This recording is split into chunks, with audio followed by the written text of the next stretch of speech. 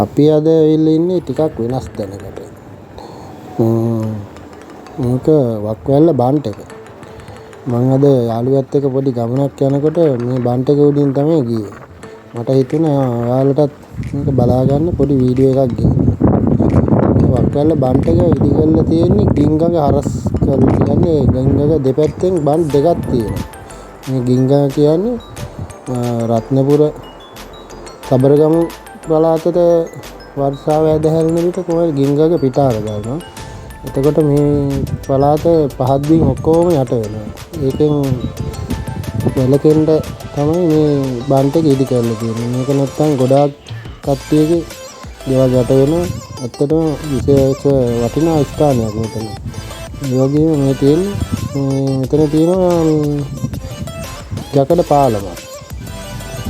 මම හිතන්නේ මේක ලංකාවේ දිගම පාලමද දන්නේ යකඩෙන් ඉදි කරලා තියෙන.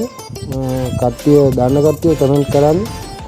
මම නම් ඇත්තට මේ ගැන හරියට විස්තරයක් දන්නේ හැබැයි මේ පාලම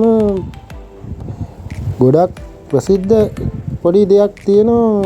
මේ පාලමේ පොඩි විශේෂාංගයක් තියෙන මේක උඩ ෆිල්ම් එකක් රූගත කරලා තියෙන අපේ රංජන් රාමනායක මහත්තයා රඟපාපු.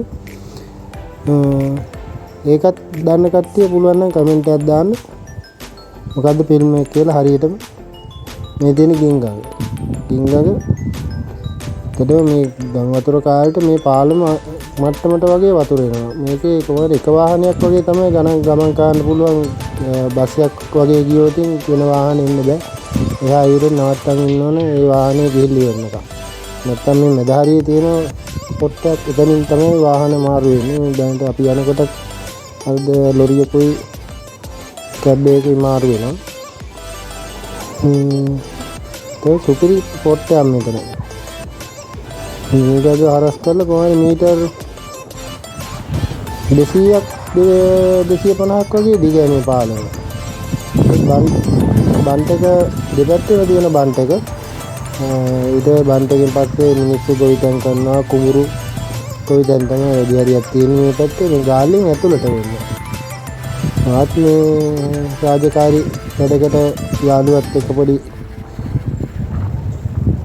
ගමනක් ආවා. එතකොට තමයි මේක සෙට් උනේ. මට හිතුණා ඔයාලටත් බලා ගන්න පොඩි වීඩියෝ එකක් ගේන්න ඕන කියලා. මේ කුඹුරු මඩ කරලා තියෙන ඊළඟ කන්නේට වගා කරන්නේ.